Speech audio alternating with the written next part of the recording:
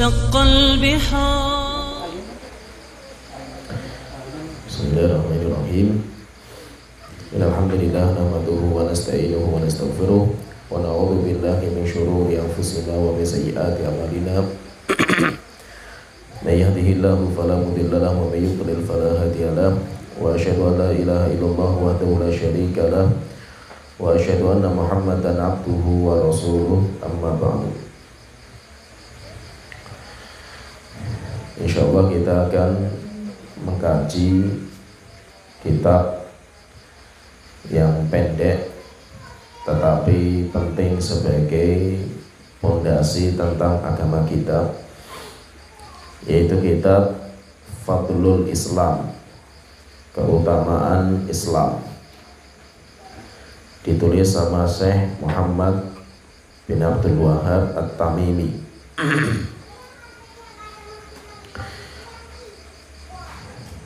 Di situ sudah kita share tentang kitab ini PDF,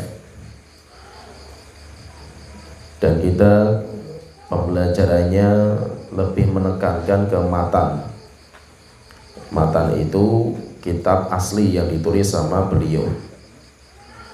Nanti biasanya kitab itu nanti ada syarah. Syarah itu penjelasan. Biasanya nanti ada ulama-ulama yang pengen menjelaskan isi kandungannya. Itu nanti kalau penjelasan itu dinamakan dengan syarahnya. Tetapi kalau kita di sini fokus untuk memahami tentang matan dari yang dibawakan oleh beliau. Dan ini pembahasan penting sekali karena ini menyangkut masalah pondasi agama.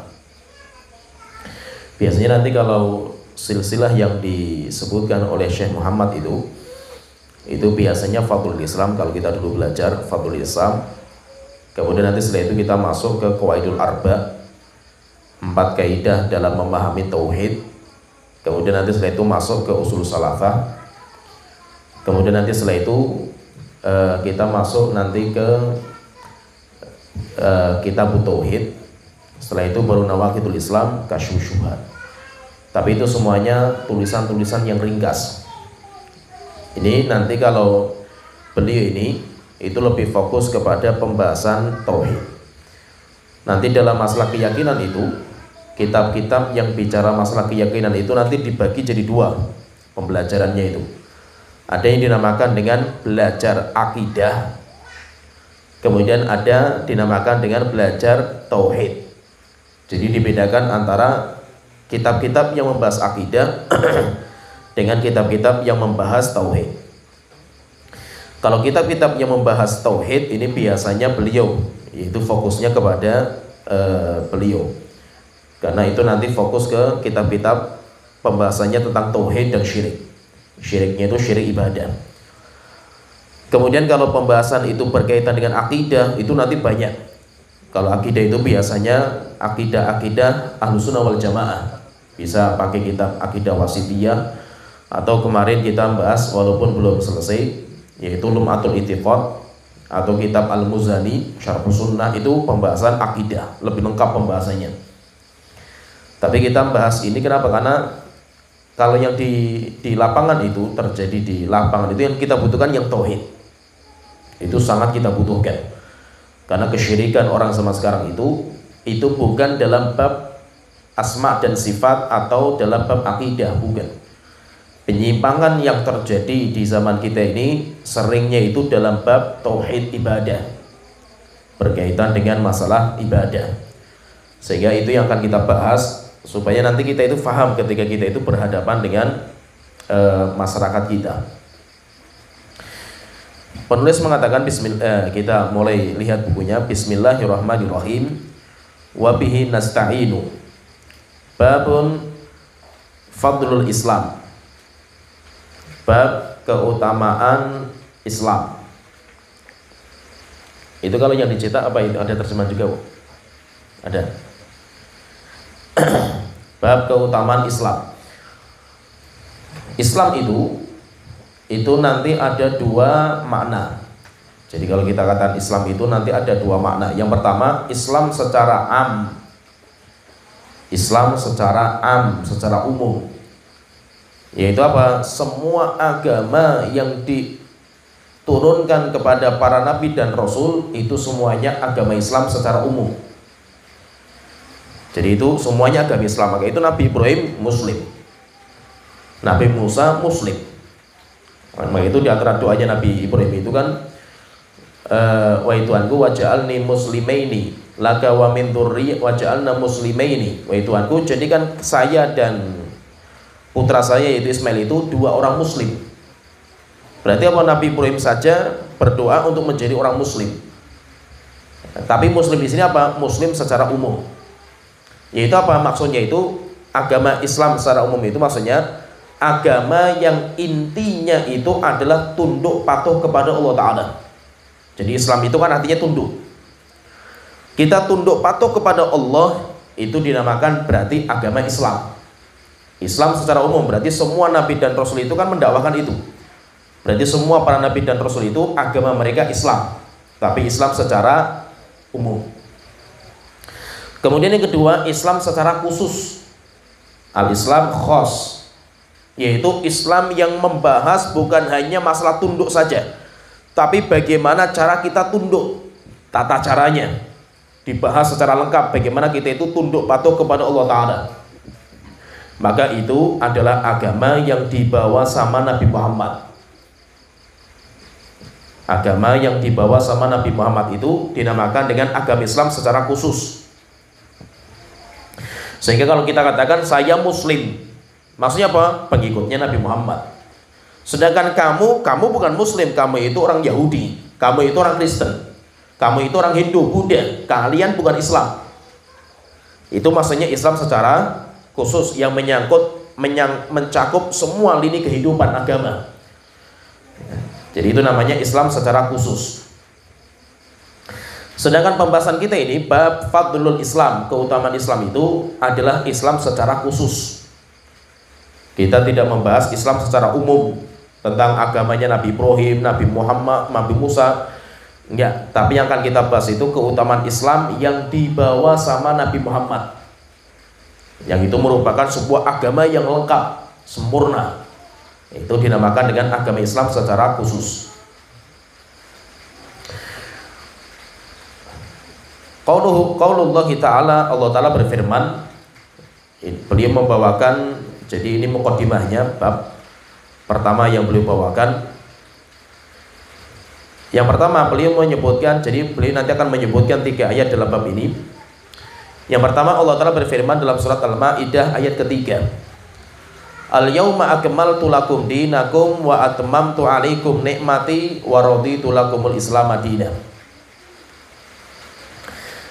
Pada hari ini akmaltu lakum dinakum, telah aku sempurnakan bagi kalian agama kalian. Wa atmamtu alaikum nikmati, dan saya cukupkan nikmatku kepada kalian. Wa raditu lakumul Islam madinah, dan saya ridhoi Islam itu sebagai agama bagi kalian. Ini ayat ini termasuk ayat-ayat yang akhir diturunkan, tetapi dicantumkan dalam surat Al-Maidah. Maka itu fahami di sini bahwa susunan Al-Quran itu 30 juz itu tidak berdasarkan susunan atau urutan turunnya. Itu murni, susunannya itu murni dari Allah dan Nabi Muhammad yang menata. Itu karena murni wahyu dari Allah Ta'ala. Sehingga setiap turun wahyu, Nabi Muhammad itu panggil para penulis wahyu, letakkan ayat ini di surat ini. Nanti turun lagi, letakkan ini ayat ini di surat ini nomor sekian. Maka dari itu penulisan mushaf secara lengkap seperti kita 30 juz nggak mungkin zaman Rasulullah itu bisa dijalankan. Kenapa? Karena ayat masih turun, kemudian masih ada perubahan, namanya nasih mansuh itu masih ada, sehingga tidak mungkin. Tapi sudah ada isyarat bahwasanya ini itu namanya kitabun. Kitab itu kan buku yang dikumpulkan.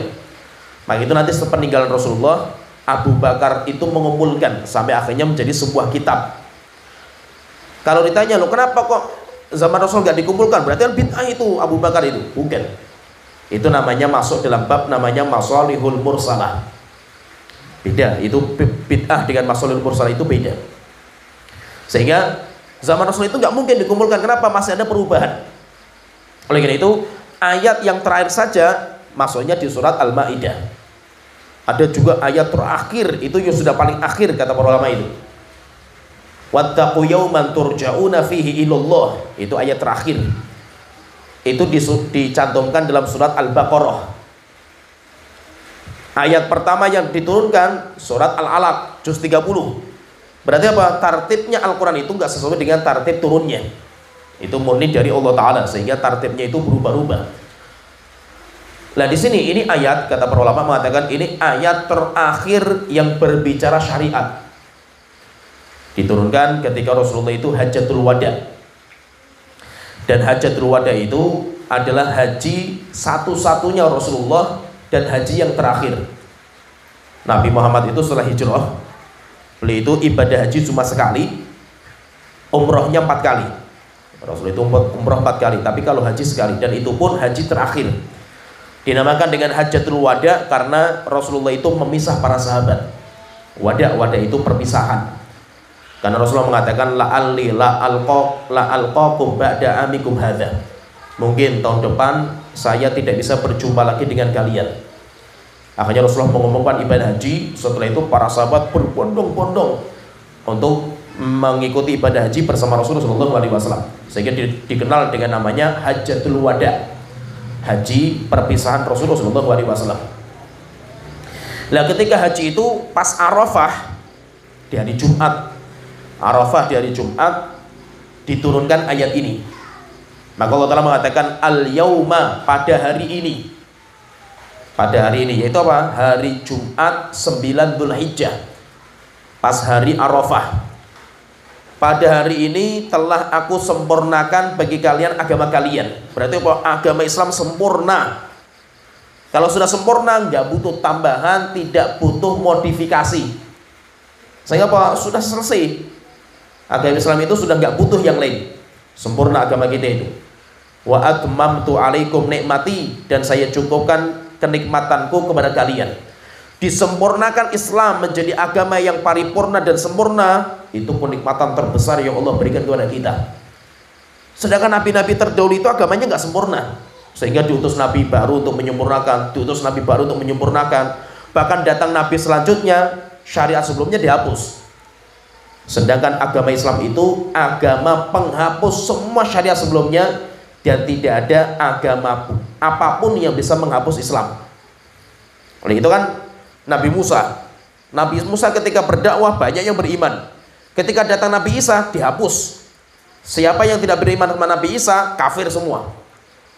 Setelah itu datang Nabi Isa, banyak yang beriman sama Nabi Isa. Setelah itu datang Nabi Muhammad. Sehingga siapa pengikutnya Nabi Isa nggak beriman sama Nabi Muhammad kafir semua. Kenapa? Karena semuanya dihapus dengan kehadiran Rasulullah SAW. Maka berarti apa? Berarti agama sebelum kita itu nggak ada yang sempurna, sehingga tidak ada yang langgeng sampai hari kiamat. Sedangkan yang langgeng sampai hari kiamat itu agama Islam. Maka itu agama kita itu agama yang sempurna, paripurna, tidak membutuhkan tambahan.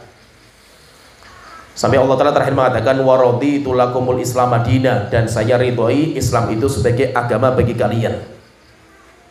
Sampai pernah itu orang-orang Yahudi itu datang ke Umar bin Khattab, kemudian mengatakan, wahai Umar, sesungguhnya ada di dalam ayat suci kamu itu sebuah ayat. Jika itu diturunkan kepada kita orang-orang Yahudi, latakhadna dzalikal yauma idan, kami akan menjadikan hari itu sebagai hari perayaan pesta raya kita, hari idnya kita. Maka Umar bin Khattab bertanya, ayat apa itu? Allah menurunkan kepada kalian itu nikmat luar biasa, yaitu Allah turunkan al-yauma akmaltu lakum dinakum. Akhirnya Umar bin Khattab mengatakan, saya tahu kapan ayat itu diturunkan dan ketika apa Rasul itu diturunkan. Yaitu apa? Itu sebagai rekomendasi terbesar dari Allah Ta'ala kepada kita bahwa Islam itu sudah sempurna. Maka semua tambahan yang tidak ada ketika ayat ini diturunkan, maka itu tidak dibutuhkan dalam agama kita. Oleh itu Imam Malik mengatakan, man ibtada'a fil islami bid'atan hasanah, Siapa yang membuat agama baru, siapa yang membuat perkara baru dalam Islam kemudian menganggap itu baik, dinamakan dengan bid'ah hasanah. Man ibtada'a fil islami bid'atan hasanah faqad za'ima anna Muhammadan khana risalah. Berarti dia itu telah menuduh Nabi Muhammad itu pengkhianat, atau Nabi Muhammad itu tidak becus menjalankan sebagai seorang nabi akhir zaman. Setelah itu beliau mengatakan, karena Allah sudah berfirman al-yauma akmaltu lakum dinakum ini. Setelah itu beliau mengatakan fama lam yakun yauma idzin dinan fala yakunul yauma dinan. Maka apa saja di mana ayat itu diturunkan gak masuk dalam agama Islam, maka hari ini pun gak pernah masuk dalam agama Islam. Agama Islam sudah sempurna, paripurna, tidak butuh tambahan. Sampai Abdullah bin Mas'ud itu marah sekali itu. Jadi di zamannya Abdullah bin Mas'ud, karena Abdullah bin Mas'ud itu tinggalnya di Irak, dan Irak itu sumber semua fitnah, semua bid'ah itu semuanya di Irak, karena Irak itu bekas dari Persia. Abdullah bin Mas'ud itu ketika di Irak itu pernah suatu ketika itu mendapatkan orang-orang di masjid. Jadi sebenarnya yang mendapatkan pertama kali bukan Abdullah bin Mas'ud, tapi Abu Musa. Abu Musa itu ke masjid sebelum subuh.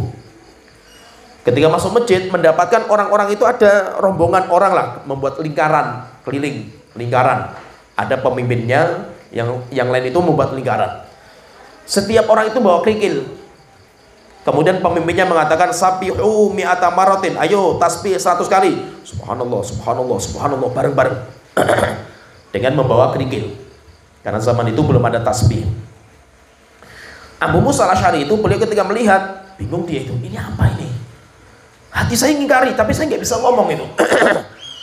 Akhirnya langsung dia keluar dari masjid, langsung menuju rumahnya Abdullah bin Mas'ud. Di rumahnya Abdullah bin Mas'ud dia itu. Ketika sampai di pintunya Abdullah bin Mas'ud, mendapatkan di depan pintunya itu banyak orang penuntut ilmu yang sedang menunggu beliau juga ini. Akhirnya beliau tanya, mana Abdullah bin Mas'ud? Masih di rumah, kita nggak berani mengetuk pintu, kita menunggu sampai beliau keluar. Akhirnya beliau juga tunggu dulu. Setelah itu ketika beliau keluar, langsung ditanya oleh Abdullah bin Mas'ud, saya mendapatkan sebuah perkara mungkar di masjid, tapi saya nggak berani ngomong itu. Akhirnya ditanya, apa yang kamu lihat wahai Abu Musa itu? Saya melihat ada orang-orang muter buat lingkaran, bawa kerikil, ada pemimpinnya yang memerintahkan untuk tasbih 100 kali, tahlil 100 kali. Akhirnya Abdullah bin Mas'ud tanya, apa yang kamu katakan kepada mereka? Enggak, saya enggak ngomong, saya menunggu engkau saja. Wah, akhirnya marah Abdullah bin Mas'ud itu. Beliau mengatakan, kenapa kamu enggak ngomong sama mereka, suruh ngitung dosa-dosa mereka itu? Kalau mereka ngitung dosa-dosa mereka dengan kerikil mereka, saya jamin akan bermanfaat bagi mereka di hari kiamat. Akhirnya tunjukkan di mana mereka. Akhirnya Abdullah bin Mas'ud itu lari kenceng itu sampai ke masjid untuk mendapatkan mereka itu. Ketika sampai di masjid, mereka itu masih buat lingkaran itu. Langsung dimarahi sama Abdullah bin Mas'ud. Ini apa-apaan ini kalian ini? Begitu cepat kalian itu menuju binasanya kalian itu. Ini lihat bajunya para sahabat Rasul masih ada gitu. Bejana mereka saja belum pada pecah gitu. Sahabat masih banyak yang hidup. Kalian sudah bikin perkara-perkara baru dalam agama seperti ini gitu. Akhirnya mereka mengatakan, wahai Abdullah bin Mas'ud, kan ini baik kan gitu. Maka beliau mengatakan, enggak. Kalian itu cuma satu dari dua kemungkinan. Yang pertama, kalian itu pembuka pintu-pintu kesesatan dalam agama Islam ini. Yang kedua, kalian itu menganggap agama kalian lebih hebat daripada agama Nabi Muhammad. Akhirnya mereka mengatakan, wahai Abdullah bin Mas'ud, kami tidak menginginkan dalam ini kecuali kebaikan, kan kita berzikir gitu. Maka beliau mengatakan sebuah perkataan yang luar biasa itu, perkataan yang hebat sekali, sampai dikenal pertanyaan itu, perkataan beliau itu. Beliau mengatakan, kamim muridin lil khairi lam yusibah. Betapa banyak orang-orang yang punya niatan baik tidak bisa menggapainya, tidak bisa mendapatkannya. Kenapa? Caranya salah. Setelah itu mereka dibubarkan sama Abdullah bin Mas'ud, dan rupanya benar. Yaitu kan Abdullah bin Mas'ud mengatakan kemungkinan dua. Kalian itu membuka pintu kesesatan dalam umat Islam. Yang kedua, kalian menganggap agama kalian itu lebih hebat. Setelah itu kan Abdullah bin Mas'ud mengatakan, dan saya lihat kalian itu jadi agama kita itu sudah sempurna, paripurna, tidak membutuhkan tambahan. Segala sesuatu kebaikan yang dianggap baik oleh orang, selama itu tidak masuk dalam agama kita ketika ayat ini diturunkan, maka itu selamanya tidak akan menjadi bagian dari agama kita. Kemudian ayat yang kedua yang beliau sebutkan, wa qauluhu ta'ala, dan firman Allah Ta'ala, qul ya ayyuhan nasu in kuntum fi syakkim min dini fala a'budu alladzina ta'buduna min dunillah. Katakan wahai Rasulullah kepada manusia, ya ayyuhan nas, wahai para manusia, in kuntum fi syakkim min dini, jika seandainya kalian ragu terhadap agamaku, fala a'budu alladzina ta'buduna min dunillah, maka saya tidak akan selamanya menyembah apa saja yang kalian sembah selain Allah Ta'ala. Surat Yunus ayat 104. Di sini Nabi Muhammad SAW diperintahkan untuk yakin terhadap agamanya. Sedangkan orang-orang yang tidak yakin, maka jangan membuat kita itu ragu. Jadi intinya itu, kita itu sudah yakin terhadap agama kita. Jangan sampai orang-orang yang benci sama agama kita itu membuat kita ragu. Oleh itu kalau kita perhatikan, dakwahnya Nabi Muhammad itu dakwah yang tegas, apalagi berkaitan masalah ibadah kepada Allah Ta'ala. Kalau kita perhatikan itu kan dakwahnya Rasulullah itu kan ketika sudah mulai mengkritik kepada Tuhan-Tuhan mereka, Nabi Muhammad dakwahnya ada dua tahapan.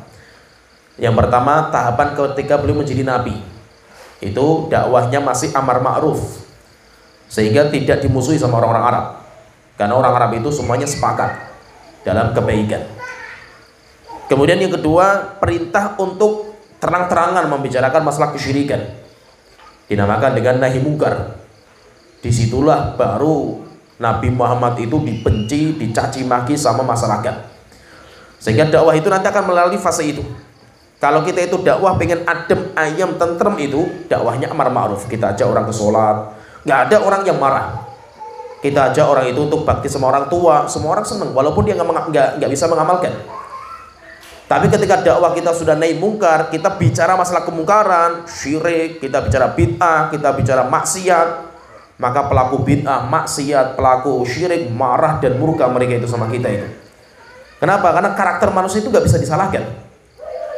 Kita itu namanya manusia itu paling nggak mau disalahkan. Kita itu pengennya semua itu benar gitu. Naik motor saja sennya kiri belok kanan saja diklakson marah kan gitu. Ya kan? Kenapa? Karakter kita itu nggak mau disalahkan. Kita itu pasti benar gitu. Sehingga ketika ada orang menyalahkan kita, ngamuk kita itu.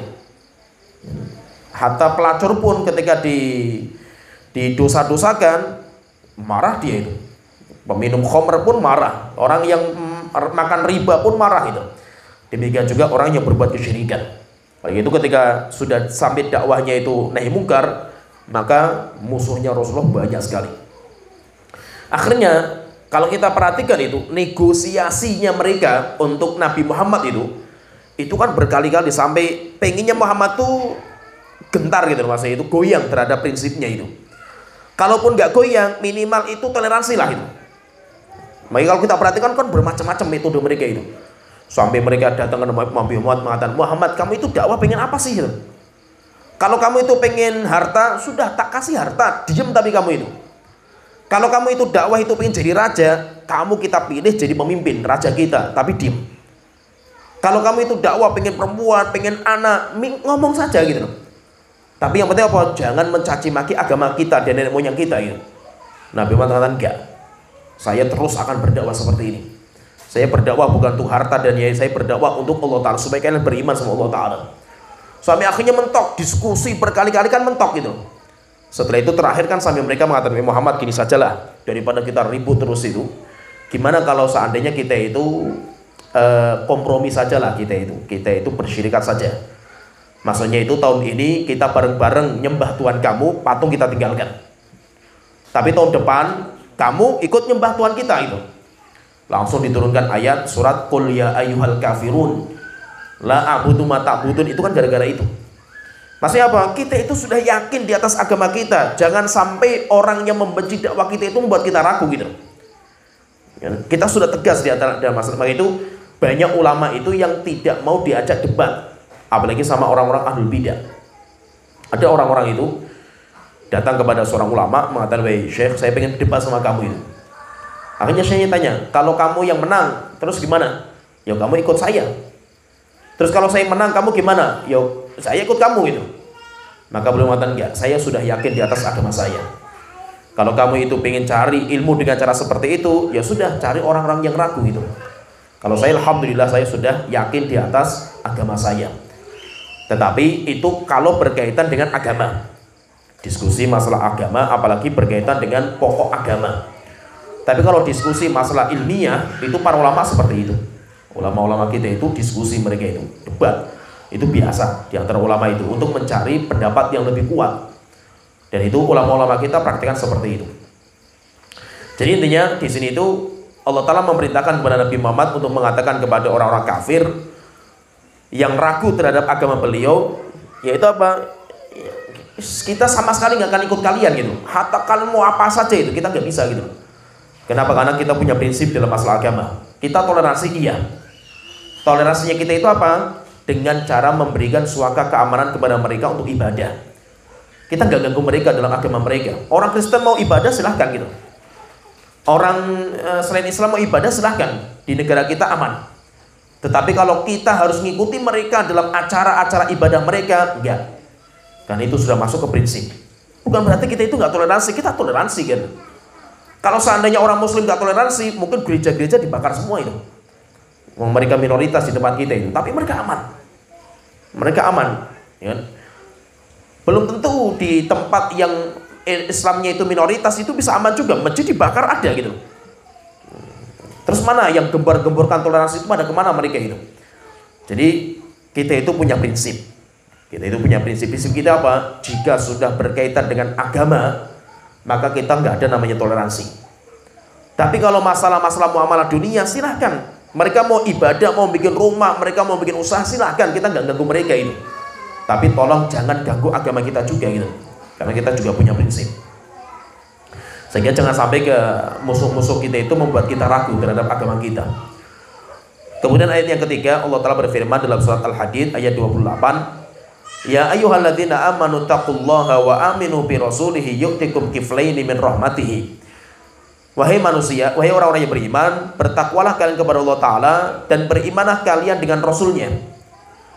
Yu'tikum kiflaini min rahmatihi. Niscaya Allah akan memberikan kepada kalian dua pahala. Kiflain, dua macam dari rahmatnya. Di sini Allah Ta'ala mengatakan, memerintahkan kepada orang yang beriman untuk bertakwa dan beriman lagi itu. Kenapa kok yang diperintahkan orang yang beriman? Kenapa bukan orang-orang manusia semua gitu?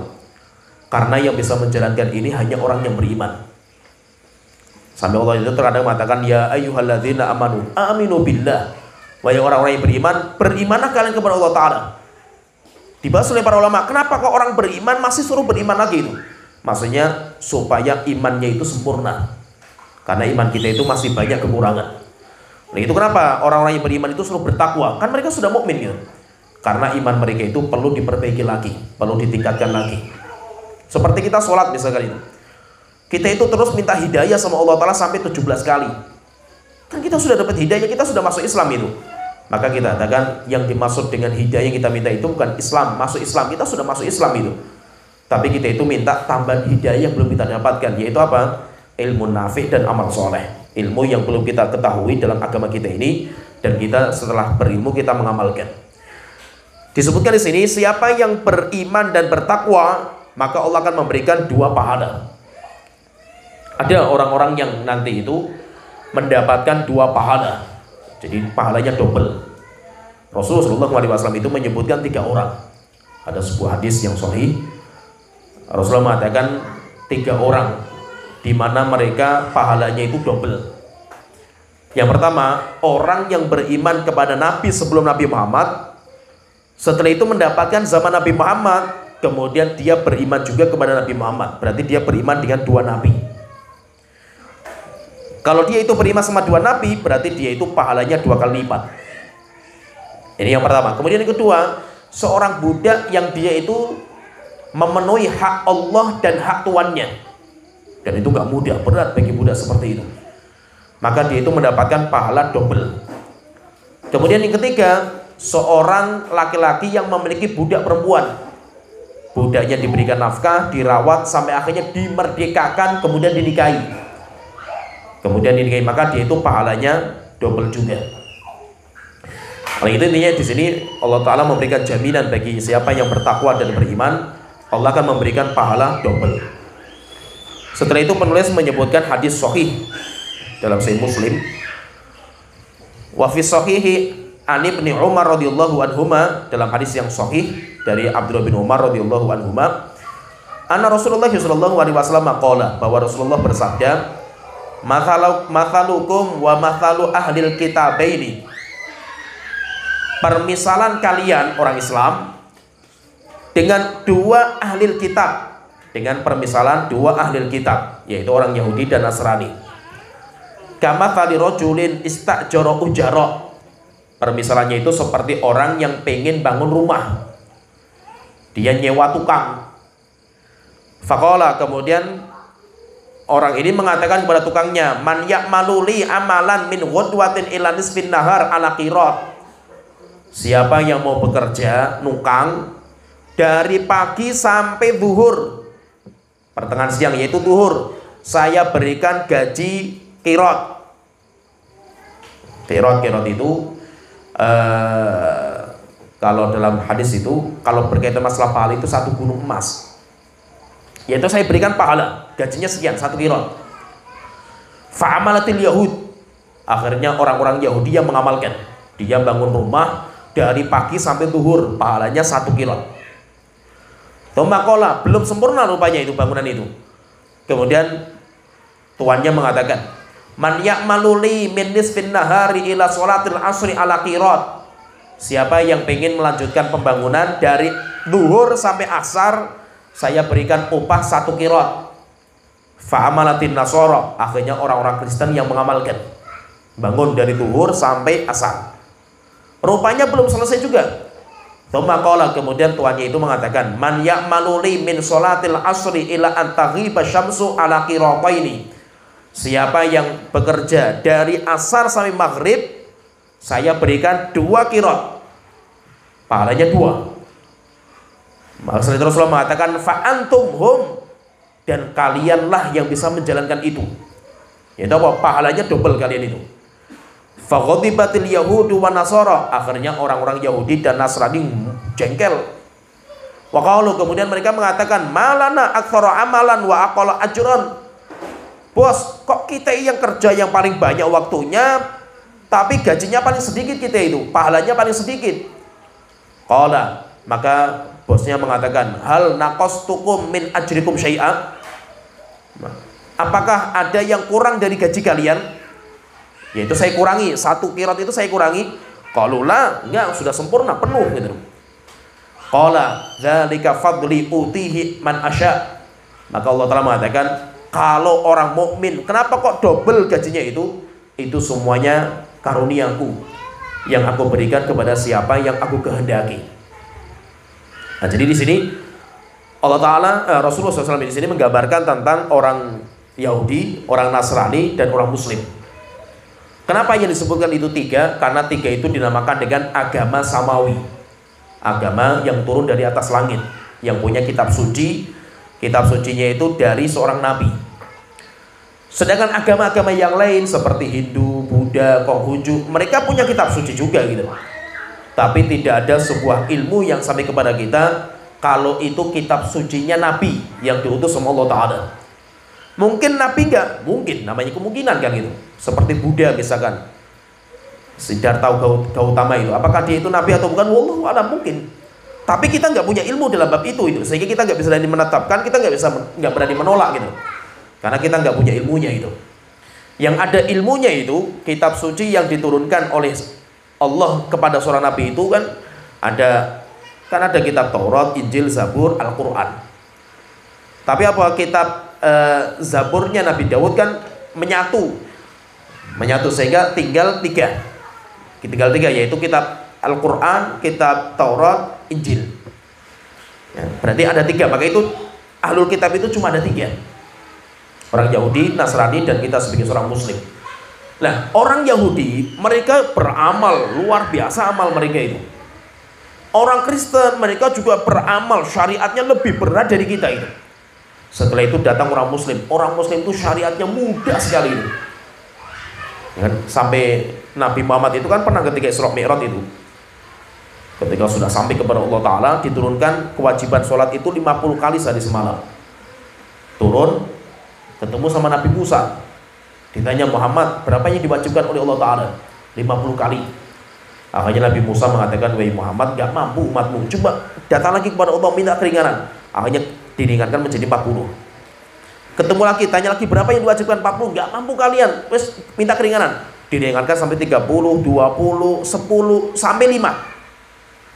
5 pun ketika ketemu sama Nabi Musa, berapa yang diwajibkan? 5. Gak mampu umatmu, minta lagi keringanan. Akhirnya Nabi Muhammad mengatakan, cukup, saya sudah malu itu. Akhirnya ditetapkan, sudah, yang ditetapkan kewajiban bagi umat Islam itu 5 kali sehari semalam, hiya khomsun wa hiya khomsun. Allah Ta'ala mengatakan, tapi pahalanya seperti 50 kali. Berarti apa? Berarti capek-capeknya orang Yahudi dengan ringannya kita, pahalanya sama. Bahkan lebih banyak kita itu. Kita itu punya kelebihan yang luar biasa yang di umat sebelum kita nggak punya itu. Kita punya pelipatan ganda yang mereka nggak punya itu pahalanya itu. Contohnya malam Lailatul Qadar. Satu malam lebih baik daripada 1000 bulan. Orang Yahudi dan Nasrani nggak punya. Oleh itu kan luar biasa Allah berikan hidayah kepada kita, itu kan luar biasa itu. Kita kerjanya sedikit nggak banyak. Syariat kita mudah itu. Tapi pahalanya besar. Kalau kita lihat syariatnya orang Yahudi itu, Masya Allah itu. Kita kalau baca syariat mereka itu yang Allah sebutkan dan Rasul sebutkan itu, Masya Allah itu. Itu kalau diturunkan kepada kita itu gak akan bisa kita jadi orang Muslim itu. Contohnya misalkan orang Yahudi itu, mereka itu kalau bajunya itu kena najis, itu gak boleh dicuci, harus digunting. Ya, orang mereka itu gak boleh dicuci. Kemudian mereka itu gak boleh satu atap dengan wanita yang haid. Sehingga orang Yahudi itu di belakang rumah itu ada kamar khusus bagi wanita yang haid dan nifas. Gak boleh satu atap. Orang Yahudi itu, mereka itu kalau mau taubat dari dosa dan maksiat harus bunuh diri. Coba, fatubu ila bariikum, Allah Ta'ala, Nabi Musa mengatakan, taubatlah kalian kepada Allah Ta'ala. Faktul anfusakum, bunuh diri kalian itu. Coba, taubatnya harus bunuh diri mereka itu. Kemudian di antara syariat mereka itu apa? Mereka nggak boleh makan daging.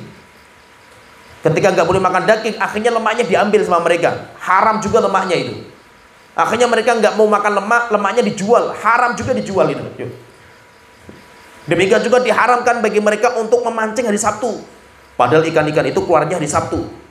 Akhirnya mereka itu masang pancing hari Jumat, ngambilnya hari Ahad. Dilaknat juga mereka itu. Cuma kayak apa syariat mereka, luar biasa beratnya itu.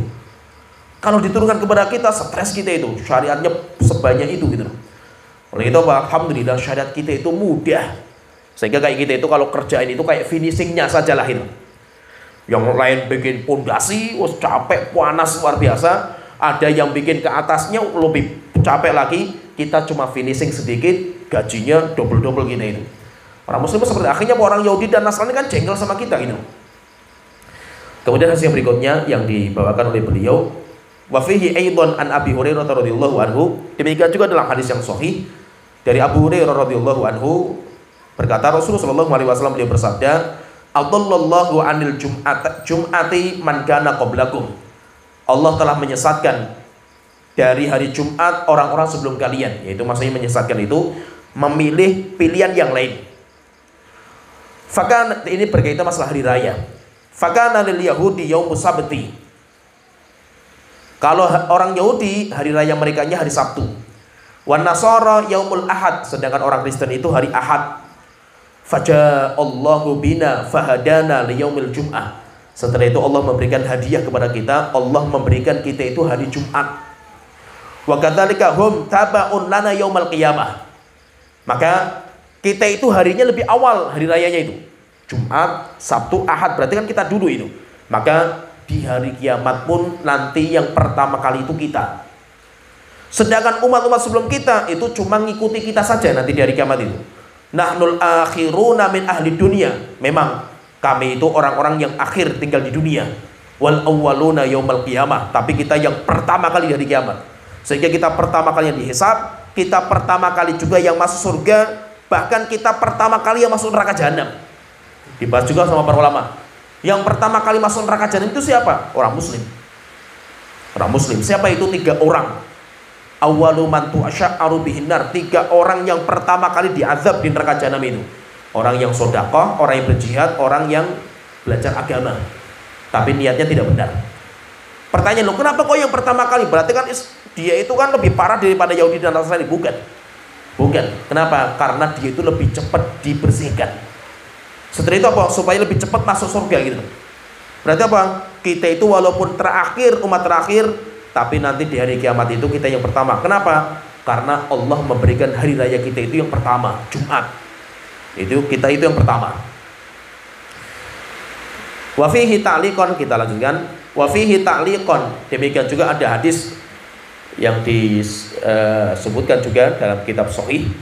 Tapi secara ta'liq itu secara mu'allaq. Mu'allaq itu dihapus sanadnya, sanad ke atasnya, itu mu'allaq. Dan di Sahih Bukhari ada hadis seperti ini, Sahih Muslim ada juga. Tapi lebih banyak Bukhari daripada Muslim. Dan hadis mu'allaq itu secara hukum asal itu dhaif. Kecuali kalau mu'allaqnya Imam Bukhari dan Muslim, itu nggak main-main itu.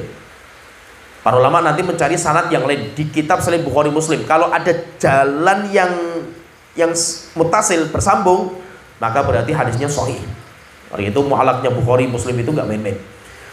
Wa fihi ta'liqon, ada juga riwayat tapi secara mu'allaq dari Nabi sallallahu alaihi wasallam annahu qala, beliau bersabda, ahabbuddin ilallah al-hanifiyatu samhatu. Agama yang paling Allah cintai itu adalah agama yang hanifiyatu samhah. Agama yang hanif dan agama yang samhah. Samhah itu mudah. Hanif itu kayak agama Nabi Ibrahim. Inna Ibrahim kana ummatan qanitan lillahi hanifan. Agama yang hanif. Hanif itu nanti sering diartikan dengan lurus. Padahal artinya bukan lurus, keliru. Hanif itu artinya condong, yaitu ma'il ila tauhid minasyirki. Agama yang condongnya kepada tauhid, jauh dari kesyirikan. Itu namanya agama yang hanif. As-samhah, samhah itu agama yang mudah. Kata para ulama, al-hanifiyatu itu berkaitan masalah tauhid, masalah iman. Kita itu imannya itu condongnya kepada Allah, kita tinggalkan kesyirikan. Kalau samhah itu berkaitan masalah syariat, berkaitan dengan syariat. Kalau masalah iman, masalah tauhid, kita tegas keras sekali dalam bab itu, sehingga kita nggak pelin-pelan dalam bab itu. Tapi kalau berkaitan masalah amal, masalah syariat, syariat Islam itu yang paling mudah dibandingkan dengan umat-umat sebelum kita. Sehingga dibedakan di situ antara hanifiyah dan samhah. Hanifiyah untuk bicara masalah keyakinan, sedangkan samhah itu untuk bicara masalah masalah praktek lah, masalah ibadah, masalah fikih. Oleh itu dalam masalah fikih itu nanti ada namanya keringanan. Itu kan kemudian yang Allah Ta'ala berikan kepada kita. Keringanan itu nanti ada 2. Ada keringanan dinamakan dengan rukhsah syar'iyah. Keringanan secara syariat, memang Allah yang memberikan keringanan itu. Contohnya misalkan kita itu sholatnya itu harus berdiri. Sholli qa'iman, sholatlah dalam kondisi berdiri. Berdiri itu rukun, kalau nggak berdiri batal. Fa'in lam tastati faqa'idan, kalau nggak mau berdiri ya duduk. Itu kan keringanan. Kalau nggak bisa duduk ya berbaring. Yang memberikan keringanan itu siapa? Yang memberikan keringanan itu adalah Allah. Maka dinamakan dengan rukhsah syar'iyah.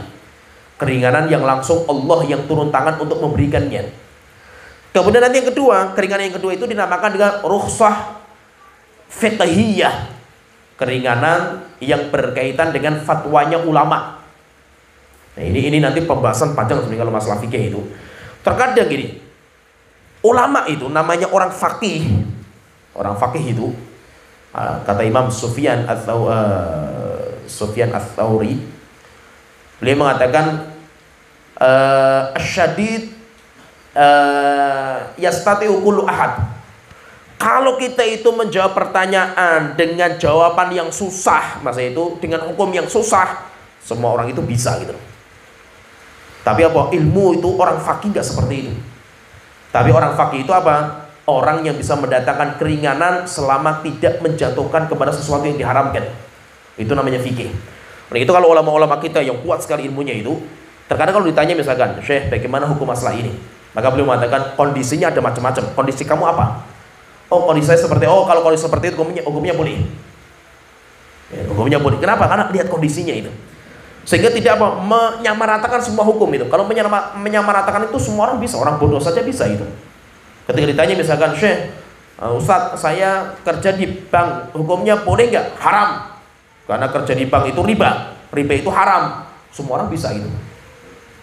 Tapi orang yang fakih itu apa? Dia tanya dulu, kenapa kamu kerja di bank itu, kenapa gitu? Karena kondisinya saya seperti ini. Kenapa? Apa nggak ada pilihan yang lain itu? Saya sudah coba gini, seperti ini. Kalau seperti itu boleh bagi kamu. Itu namanya apa? Keringanan tapi dari fatwa ulama. Karena ulama itu mempelajari tentang siapa yang bertanya gitu. Oleh itu Rasulullah SAW itu coba, ini namanya fikih itu. Beliau itu ditanya sama dua orang. Yang satu sudah tua, yang satu masih muda. Tanya yang tua, ya Rasulullah, ini puasa kan kita, saya puasa. Kalau saya mencium istri saya boleh nggak? Boleh. Kemudian datang yang muda, Rasulullah, kalau saya mencium istri saya boleh nggak? Nggak boleh kamu. Akhirnya muda ngamul, saya nggak boleh, dia boleh ya Rasulullah itu. Beda, orang tua dengan kamu anak muda beda gitu. Nah, itu namanya apa? Itu namanya fikih. Sehingga terkadang apa? Ada satu kerjaan yang mengerjakan 5 orang. Hukumnya bisa beda-beda sesuai dengan kondisi masing-masing gitu. Nah, itu yang dinamakan dengan rukhsah fiqhiyah. Terus boleh nggak seperti ini? Maka dilihat nanti ada ringan lagi. Kalau kita itu mencari fatwa-fatwa yang paling ringan, maka kita itu agamanya munafik gitu. Contohnya misalkan gini, saya pengen nikah mut'ah. Tak cari fatwa ulama, ada nggak? Oh ada, alhamdulillah gitu. Yang penting apa? Saya nikah mut'ah ngikuti fatwa ulama. Ulama siapa? Ulama ini. Terus apa? Saya pengen cari siapa yang menghalalkan daging anjing, yo. Pengen enak ini kelihatannya sate anjing ini. Cari lagi, dapat, alhamdulillah gitu. Bersyukur ada fatwa ulama seperti ini. Orang yang agamanya ngikuti keringanan-keringanan seperti ini, tazandak, dia nanti akan menjadi orang munafik, orang seperti itu. Kalau kita beragama itu, agama bukan selera, agama kita itu dalil. Tapi namanya orang yang seorang ulama itu, kalau dia itu menjawab pertanyaan, itu namanya fatwa. Jadi bedakan di sini, ini antara fatwa dengan ilmiah, masalah itu beda gitu. Fatwa itu lebih berat. Fatwa itu lebih berat. Kenapa? Fatwa itu menggabungkan antara hukum masalah itu dengan kondisi orang itu beda sekali. Oleh itu Syekhul Islam itu pernah ditanya, orang yang kerja di pajak, padahal jelas pajak haram, tahu kita itu. Syekhul Islam ketika ditanya, Syekh, saya kerja di pajak, tapi kondisinya itu, saya itu berjuang untuk minimalisir, menyelamatkan kaum muslimin yang terzalimi dengan pajak itu. Tapi saya nggak bisa merubah undang-undang gitu. Yang saya kerjakan itu cuma menyelamatkan saja itu. Tapi kalau saya tinggalkan kerjaan saya itu punya jabatan tinggi di situ itu. Kalau saya keluar, maka nanti akan mengganti saya itu wakil saya itu zalim dia itu. Pertanyaan Syekh, saya kerja di pajak hukumnya apa itu? Apa kata beliau itu? Wajib kerja di situ. Kalau kamu keluar, dosa besar kamu itu. Padahal apa? Secara hukum asalnya pajak itu hukumnya apa? Haram. Tapi bagi orang itu bisa wajib. Seperti ibaratnya kita makan babi. Apa hukumnya? Hukumnya haram. Tapi terkadang tertentu, terkadang bagi seseorang wajib. Sehingga kalau dia nggak makan babi malah dosa besar bagi dia itu. Itu namanya fikih. Nah itu fikih, itu namanya fatwa. Fatwa itu menjawab kondisi orang. Itu nggak main-main itu, nggak sembarangan kita itu. Ditanya misalkan masalah-masalah kayak gini itu, apa hukumnya? Hukumnya haram karena hukum asalnya seperti ini. Nggak bisa hukum asal itu. Kondisi orang itu beda-beda kan gitu. Nah itu masalah fatwa itu nggak main-main. Itu berat sekali masalah fatwa itu. Nah itu terkadang itu sampai ulama-ulama mazhab. Kita punya guru ulama mazhab Syafi'iyah itu namanya Syekh Ali Bukir. Itu walaupun dalam mazhab itu wanita yang haid dan nifas yang tidak puasa, maka nanti dia itu harus mengqadha dan berfidyah. Mazhab yang paling keras dalam masalah ini, masalah haid dan nifas ketika puasa itu mazhab Syafi'iyah. Ada 5 mazhab dalam bab ini. Tapi yang paling keras itu mazhab Syafi'iyah. Ketika guru kita itu ditanya sama seorang wanita, Syekh, kondisi saya seperti ini. Wanita yang masih muda, subur, tahun ini lahiran, sudah nyusui belum selesai, lahiran lagi, hamil lagi, nyusui belum selesai, hamil lagi kan itu. Bagaimana kondisi saya, Syekh? Saya nanti bagaimana wajiban saya itu? Maka beliau mengatakan bayar fidyah saja. Nah tapi mazhab Syafi'i seperti enggak, kamu enggak akan bisa mengamalkan mazhab Syafi'i, enggak bisa. Sudah kamu wirid saja itu. Nah, itu dinamakan dengan fatwa. Jadi fatwa itu terkadang tanya 2 orang, jawabannya bisa beda-beda itu. Itu dinamakan dengan fatwa dan itu rumit, enggak mudah, enggak sembarangan orang bisa masuk ke fatwa itu, enggak sembarangan. Kemudian kita masuk yang terakhir dalam bab ini. Wa an Ubay bin Ka'ab, qala, dari Ubay bin Ka'ab radhiyallahu anhu. Ini bukan hadis tapi ucapan sahabat. Alaikum bisabili wa sunnah. Wajib bagi kalian untuk berjalan di atas kebenaran dan di atas sunnah. Fa innahu laisa min abdin ala sabilin wa sunnah. Tidak ada seorang hamba yang tegak di atas kebenaran, jalan kebenaran dan sunnah. Dzakarallah fa fadat ainahu. Kemudian dia berzikir kepada Allah Ta'ala, ingat sama Allah sampai air matanya meneteskan air mata. Min khasyatillah, karena takutnya kepada Allah Ta'ala. Fatamassahun nar. Kemudian mata itu diazab di neraka jahanam, enggak mungkin. Walaysa min abdin ala sabilin wa sunnah, dan tidak ada seorang yang tegak di atas jalan yang benar dan sunnah. Dzakarar rahman faq sya'arra jilduhu min makhafatillah. Kemudian sampai dia itu gemetar tubuhnya karena takut kepada Allah Ta'ala. Illa kana kamathali syajaratin yabisin waraquha. Kecuali ibaratnya kayak pohon yang sudah mati, kemudian daun-daunnya itu berguguran. Illa tahatot anhu dhunubuhu, maka orang itu akan berguguran dosa-dosanya. Kama tahato an hadhihi syajarati waraquha, sebagaimana daun di pohon itu pun berguguran. Wa inna iqtisadan fi sunnatin khairan min ijtihadin fi khilafi sabilin wa sunnah.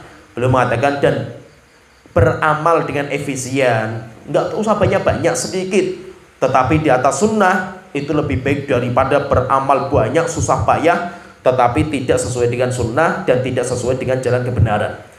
Kemudian terakhir ucapan Abu Darda, wa Abu Darda radhiyallahu anhu qala, ya habadza naumul aqyasi wa iftaruhum kaifa yaghbununa saharul hamqa wa saumahum. Beliau mengatakan, ya habadza, wahai sungguh tidurnya orang yang berilmu dengan bukanya mereka, yaitu enggak puasanya mereka, itu lebih baik daripada ibadahnya orang bodoh dan puasanya mereka. Kaifa yaghbununa saharul hamqa wa saumahum. Kok bisa-bisa ya tidurnya orang berilmu dan tidak puasanya mereka itu bisa mengalahkan bergadangnya orang bodoh dan puasanya mereka. Wa mithqalu dzarratin ma'a birrin wa taqwa wa yaqinin. Kebaikan sedikit tapi dibangun di atas ketakwaan, dibangun di atas ilmu keyakinan, a'dhamu wa afdal wa arjah. Lebih besar pahalanya, lebih mulia dan lebih berat timbangannya di sisi Allah min ibadatil muqtarrin, daripada ibadahnya orang-orang yang sombong dan orang-orang yang terpedaya. Intinya di sini berarti ucapan di sini itu intinya kita itu tegak di atas sunnah itu walaupun amal kita nggak banyak, tetapi itu lebih baik daripada amal-amal yang besar dan banyak tetapi tidak sesuai dengan sunnah Rasulullah SAW. Ya alhamdulillah kita sampai di sini. Ya, bab pertama yang kita bahas tentang keutamaan Islam. Nanti insya Allah kita masuk di wujubul Islam, wajibnya kita itu beragama Islam. Ya sampai di sini wa akhir da'wana alhamdulillahirabbil alamin, sallallahu alaihi wa ala alihi wa sahbihi ajmain.